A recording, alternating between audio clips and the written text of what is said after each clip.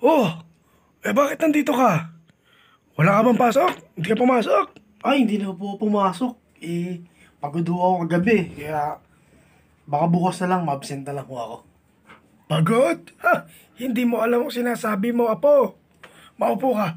Sasabihin ko sa iyo kung ano ang hirap ng panahon namin. Noong kami, pagpapasok kami sa eskwela, maglalakad kami ng 3 linggo sa disyerto bago makarating. Ang baon lang namin ay pulburon. 1 piraso, maghahati na kami 7 magkakapatid. Pulburon? Yung bilog? Oo, yung bilog. Puti na bilog? Yung puti na bilog. Yung masakit na lalamunan? Yung makate sa lalamunan. Ganon nung panahon namin. No, nakakauhaw yun ah. Paano pagka nauuhaw kayo? May dala pa kayong tubig? Wala kaming dalang tubig. Umaasa lang kami na umulan. Doon lang kami nakakainom. Sa langit. Sa langit lang. Matapos ay lalangoy kami sa dagat nang walang bangka. 3 araw. Walang hinto. At pagdating sa eskwela, ibibigay na namin ng 1 by 1 whole body namin na ID. 1 by 1, whole body? Oo! Totoo yan! Pagdating naman sa loob ng silid paaralan, bawal kang makasagot ng mali. Dahil pag mali, papatayin ng isa sa kamag-anak mo! Sa harap mo mismo! Ikaw ang kakalapit ng baril! Ay na, sabihin mo na. Ikaw na magsabi. Ikaw na. Sabihin mo na. Pambira talaga to. Pa! Sabihin Pa, mo. may sasabihin daw po si Peter. Ano? Ano yun? Di ba siya na po magsasabi? Sasabihin mo lang eh. Pwede daw ba siya pa makitulog dito ngayong gabi? Ah, yun lang pala eh. Oo, pwede. Kunin mo na rin yung gamit mo, dito ka na tumira. Kasi papayag yan eh. Oo, Thank you po. gusto mo pati nanay kapatid mo, palipati mo dito. Ako na rin magpapaaral sa kanila. Hindi na po, okay na po yun. Salamat po. Hindi, papuntahin mo. Okay lang. Wala ang problema sa akin yun eh. Wala naman kayong gagawin sa bahay. Gusto ko nakahiga lang kayo, kakain kayo. Alam mo, huwag ka na mahiya. Sagad-sagarin mo na yung kapal na mukha mo. Nagpapaalam ka pa.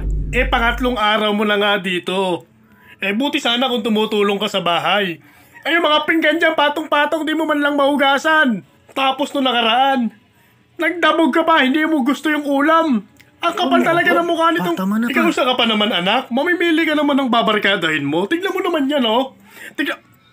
Ang sama pa tumingin sa akin, ha. Parang suntukan tayo. Uy, pa! Ano ba yan? Tignan mo makatingin. Parang gusto pa akong kainin, eh. Alam mo, mabuti pa. Palayasin mo na yung barkada mo dito. Ayoko na makita yan, ha. Nahingigigil ako dyan. Hoy, ikaw. Umuwi.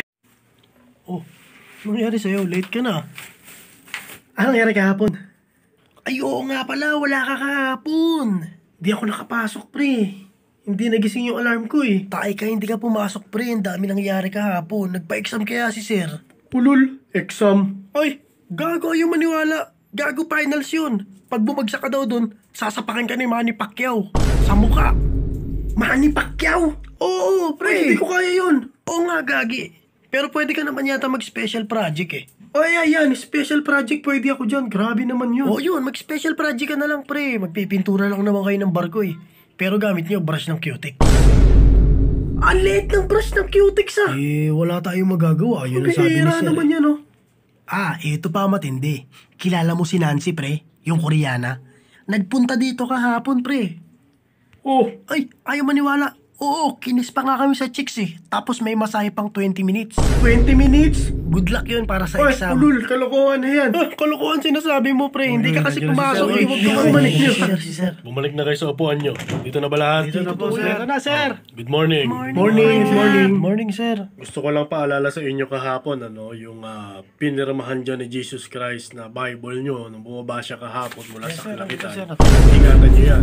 Dahil kayo lang ang may copy niyan. At yung pina-exam ko kahapon, yung mga bagsak dyan, pumila na.